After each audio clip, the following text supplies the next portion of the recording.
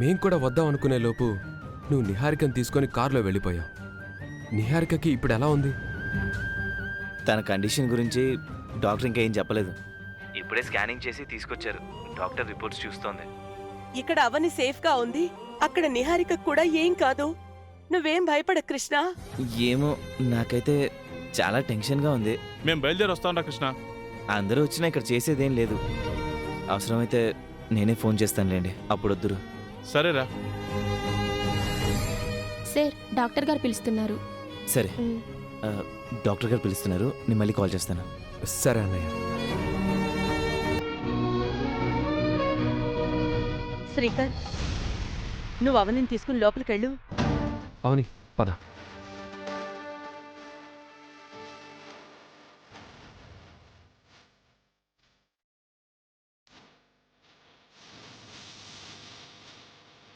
మీరు కూడా వెళ్ళండి.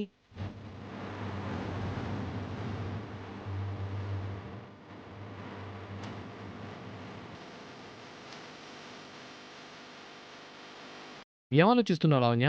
ఏదో జరుగుతుంది రాధా. అయితే అదేంటో నువ్వే ఛేదించు. నీకు మంచి గుర్తింపు వస్తుంది కదా. ఛేదిస్తాను. ఈ రిపోర్ట్స్ ప్రకారం ఫైనల్ డెసిజన్కి రాలేం కృష్ణ గారు. మరో 12 అవర్స్ అబ్జర్వేషన్లో ఉంచాలి. తర్వాత స్కానింగ్స్ చేయాలి. అప్పుడు కానీ క్లారిటీ ఇవ్వడం కుదరదు. సో పేషెంట్ని మార్నింగ్ వరకు అబ్జర్వేషన్లో ఉంచుతాం. మీరు బయట వెయిట్ చేయండి.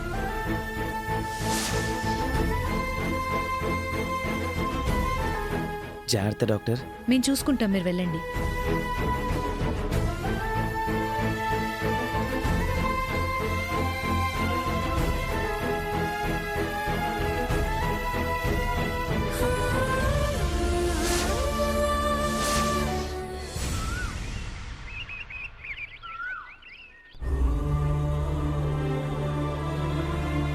నిన్న రాత్రనగా నిహారికను హాస్పిటల్కి తీసుకువెళ్ళాడు. ఇంతవరకు రాలేదు. అదే కదా. నేను మళ్ళీ 2 times ఫోన్ చేశాను. వస్తామని అంటున్నా, వద్దనే అంటున్నారు. ఏ హాస్పిటల్లో ఉన్నారని అడిగినా చెప్పడం లేదు. మేము వచ్చేస్తామని అంటున్నాడంట. ఇంతవరకు రాలేదంటే ఏదైనా సీరియస్ అయ్యుంటుందా? అలాంటిది ఏమైనా అయ్యుంటే ఖచ్చితంగా ఫోన్ చేసి ఉండేవాడు కదా. అయినా వాళ్ళు ఎవరి మాటలు వింటారు? వాళ్ళ నిర్ణయాలు వాళ్ళవే. అదిగో వచ్చినట్టున్నారు.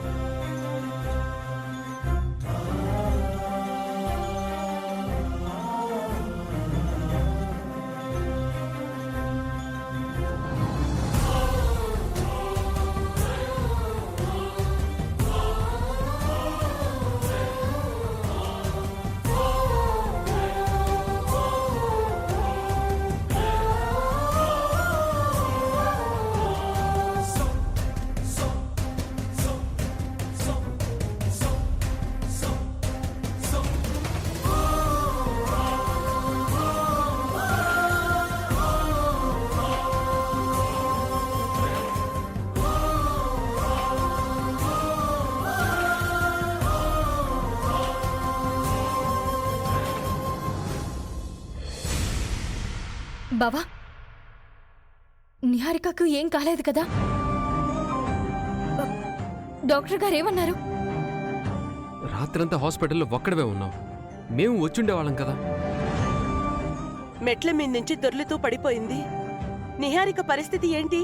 ఏ ప్రమాదం లేదు కదా కృష్ణ. రేయ్, అడుగుతుంటే మాట్లాడవేంట్రా? నిహారిక ఏమైందో నువ్వైనా చెప్పు. నేను చెప్తాను వదినా.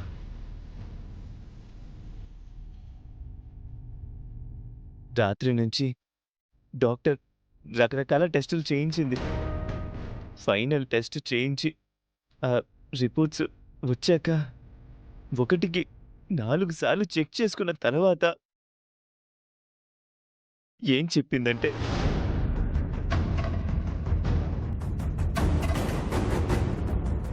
నిహారిక మెట్ల మీద నుంచి పడిపోవడం వలన కడుపుకి బలమైన దెబ్బ తగలడం వలన అబార్షన్ అయిపోయిందని చెప్పారు నాన్న.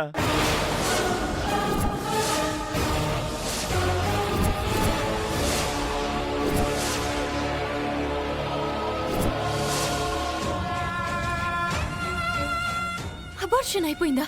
కృష్ణ, ఏంట్రా నువ్వు అనేది? ఇదంతా నిజమా? అవునమ్మా, మా మొదటి బిడ్డ చనిపోయింది.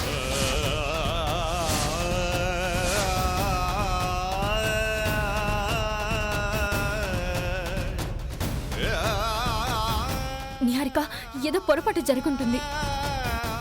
రిపోర్ట్స్ లో ఏదో తేడా జరుగుంటుంది. నువ్వు బాధపడకు. నిన్ను మరో హాస్పిటల్కి తీసుకెళ్లి టెస్టులు చేపిస్తా. అక్కడ తెలిసిపోతుంది. ఇంతకీ ఏ హాస్పిటల్కి తీసుకెళ్ళావురా? డాక్టర్ ఎవరు? డాక్టర్ శోభారాణి దగ్గర. ఆవిడ బెస్ట్ గైనకాలజిస్ట్ కదా, ఆవిడ దగ్గర ఎలాంటి మిస్టేక్స్ జరగవు. అవును, సిటీలో బాగా రెప్యుటేషను నేము ఉన్న డాక్టర్ ఆవిడే. ఆవిడ చెప్పిందంటే తప్పు కాదు. అయిపోయింది, నా బ్రతుకంతా నాశనం అయిపోయింది. అందరి దృష్టి పడి నా బిడ్డ పోయింది. నిహారిక, నిహారిక,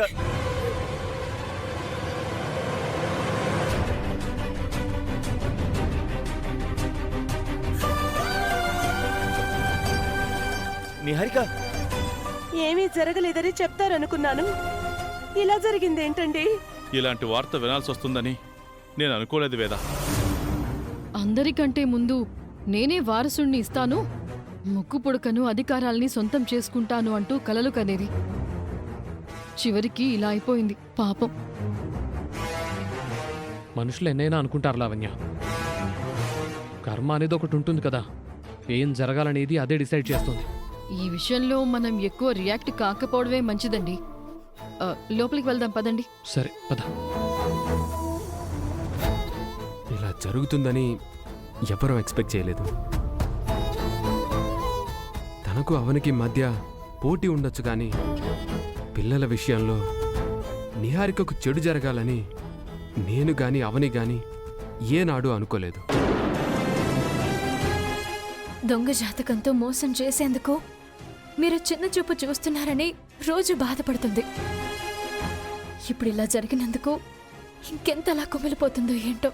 మనం ఎన్ననుకున్నా ఈ ఇంట్లో జరిగే ప్రతిదాని వెనుక అమ్మవారి లీల ఉంటుందవని.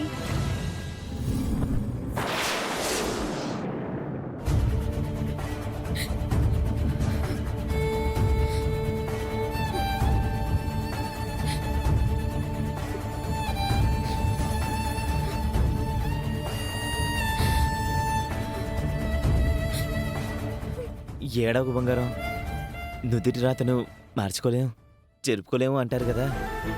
మన విషయంలో ఇప్పుడు అదే జరిగింది. నీ కడుపున పడిన బిడ్డే మన పాలిట ఆయుధం అవుతుంది అనుకున్నాం. ఆ బిడ్డను అడ్డం పెట్టుకుని నువ్వు ఈ ఇంట్లోకి రీఎంట్రీ ఇచ్చావు. ఇప్పుడు మనకు ఆ బిడ్డే లేకుండా పోయింది. అవని తల్లి కాకూడదని, మనకంటే ముందు వాళ్ళు వారసుల్నివ్వకూడదని మనం ఎంతో ఆశపడ్డాం. చివరికి మనది దురాశ అయిపోయింది. అవని ప్రెగ్నెన్సీ పోవడానికి నువ్వు అరేంజ్ చేసిన రౌడీల వలనే నీ ప్రెగ్నెన్సీ పోయింది. ఈ సమయంలో నేనొక మాట అంటే నీకు కోపం వస్తుంది, కానీ అనక తప్పడం లేదు. మన మధ్య లాంటివి కామనే కదా. ఏం చెప్పాలనుకుంటున్నావో చెప్పు. బంగారం, అలిసే వరకు ఆడితే ఆట, గెలిచే వరకు చేస్తే అది యుద్ధం, చచ్చే వరకు బ్రతికితే అది జీవితం, కానీ చచ్చాక కూడా బ్రతికితే అది మంచితనం అంటారు. ఆ అవని ఏమో మంచితనంతో ముందుకు దూసుకెళ్ళిపోతోంది, మనమేమో కుట్రలు కుతంత్రాలతో వెనకబడిపోతున్నాం.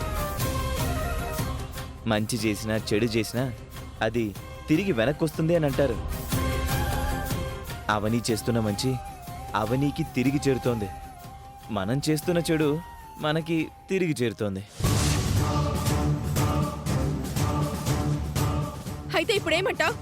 ఇద్దరు మంచి వాళ్ళగా మారిపోదామా?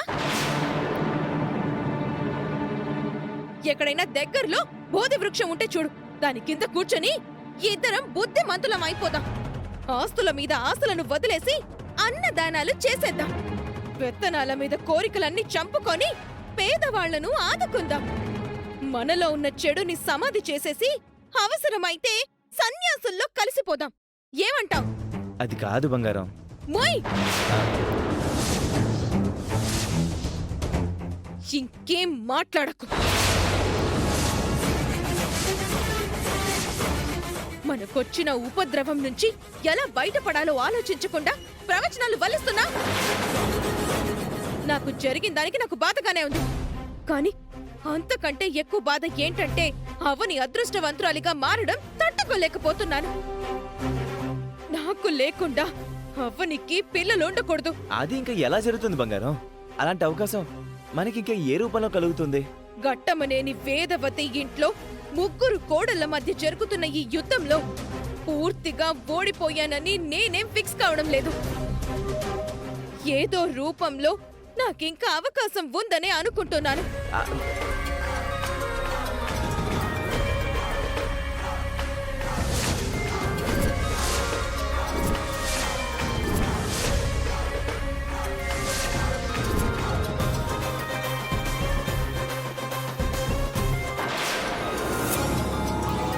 ఈ సమయంలో ఇదెందుకు ఫోన్ చేస్తోంది? ఫోన్ లిఫ్ట్ చేయకుండా ఏం ఆలోచిస్తున్నా? అది అది ఏమైంది? ఫ్రెండ్ ఫ్రెండ్ ఇప్పుడే మాట్లాడొస్తా ఉండు.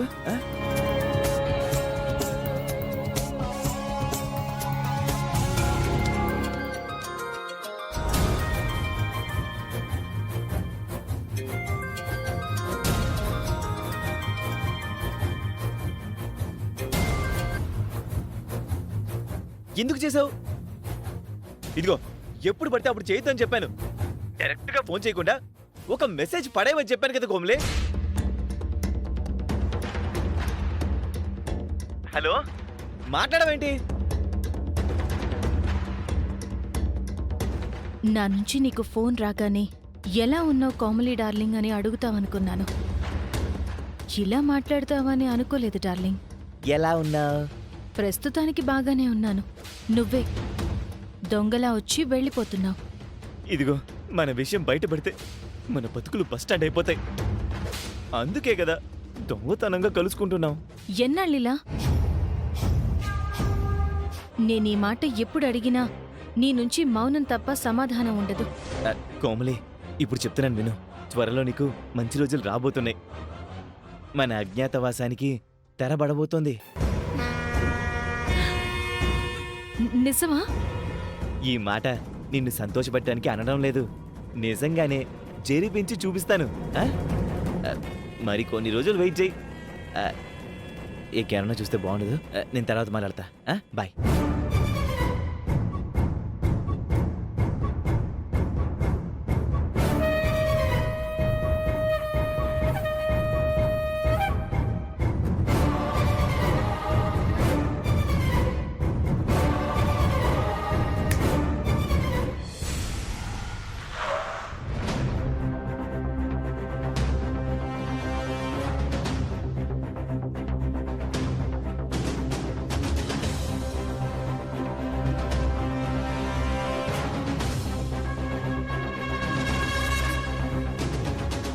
మీ ఇంటి మొహం చూసి ఎన్ని రోజులైంది వసంత. టీవీ ఆర్టిస్టులకు ఒక షెడ్యూల్ గ్యాప్ వస్తే ఎలా ఉంటుందో మనకు అలా ఉంది. ఏమంటావు? అవునండి, పదండి లోపలికి వెళ్దాం. ప్రెగ్నెన్సీని అడ్డం పెట్టుకొని ఫోర్స్ గా ఇంట్లోకి రీఎంట్రీ ఇచ్చాను కాబట్టి మీ అమ్మ నాన్నలు ఏం అనలేకపోయారు. ఇప్పుడు ప్రెగ్నెన్సీ పోయింది కాబట్టి మీ అమ్మ నుంచి ఎలాంటి సూటిపోటి మాటలు పడాల్సి వస్తుందో ఏంటో. నేనీ మాట ఎప్పుడు అడిగినా నీ నుంచి మౌనం తప్ప సమాధానం ఉండదు. నేనన్నది నిజమే కదా కృష్ణ? ఏమన్నా కోమలి?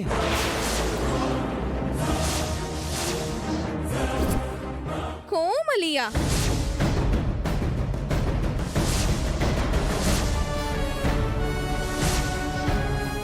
కోమలి ఎవరు? నేను అలా అనలేదే. నీకు ఆ విధంగా వినిపించినట్టుంది. ఎందుకంటే నిన్నటి నుంచి నువ్వు చాలా స్ట్రగుల్లో ఉన్నావు కదా. ఏం కాదు, నువ్వు కోమలి అనే అన్నావు. మాట మారుస్తున్నావు, అబద్ధం ఆడుతున్నావు. ఊరుగా. నేను నీ దగ్గర ఎందుకు అబద్ధం ఆడతాను? ఇంకెవరి దగ్గర ఆడతాను కానీ. అలా అనలేదని నా మీదొట్టే. సరే ఒట్టేస్తున్నాను. ఇదిగో ఒట్టు.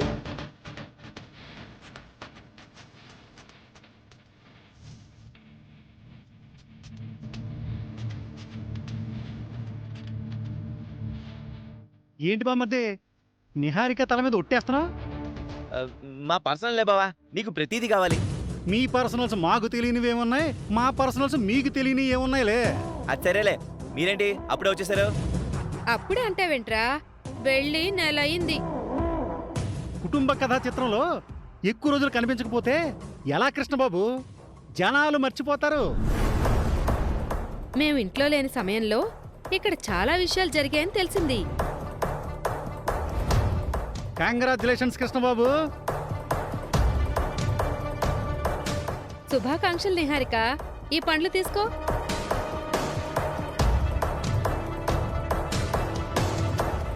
నువ్వు ప్రెగ్నెంట్ అని తెలిసింది. మొత్తానికి ముక్కు పుడక నీకే దక్కపోతుంది. ఈ విషయం తెలిసే వెంటనే బయలుదేరొచ్చాం. నిహారికకు అంత సీన్ లేదు వదినా.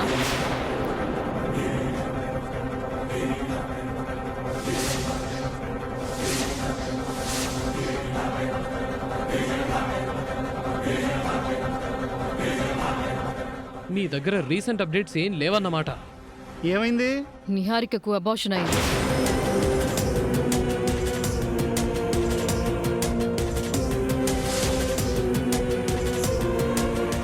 ఏంటి?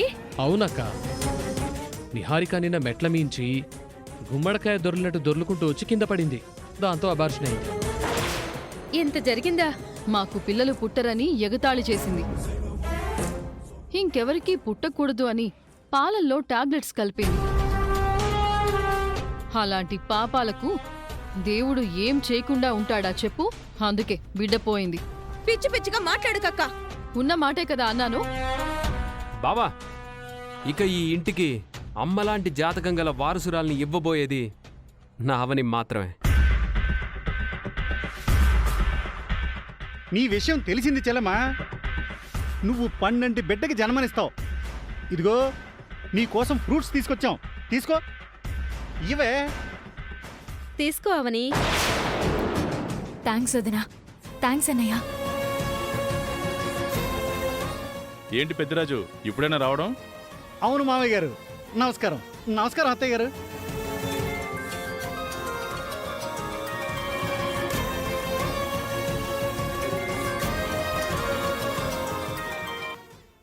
ఏదో మార్కెటింగ్ కాల్. ఇంట్లో ఒక గుడ్ న్యూస్, ఒక బ్యాడ్ న్యూస్ అని ఇప్పుడే తెలిసింది. ఏం చేస్తావ్? ఎవరి నుదుటి రాతని బట్టి అలా జరుగుతుంది. మంచి చేసేవాళ్ళకి మంచి, చెడు చేసేవాళ్ళకి చెడు అంటారు కదా, అలా జరిగింది.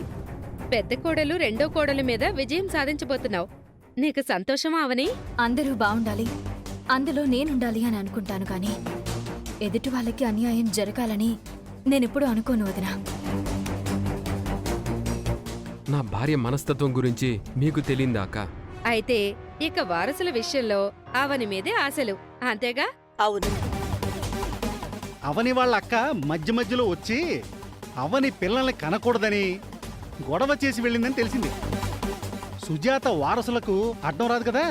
ఆ విషయంలో నా జాగ్రత్తలో నేనున్నాను. సుజాత నుంచి ఎలాంటి సమస్య రాకుండా నేను చూసుకుంటాను.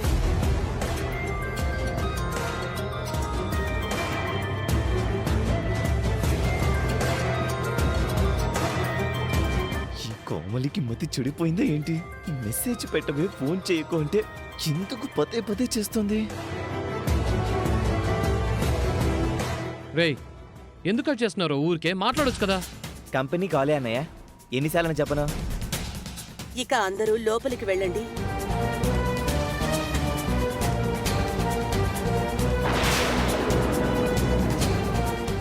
చూసావా, నేనన్నట్టే అందరికీ టార్గెట్ అయిపోయాను.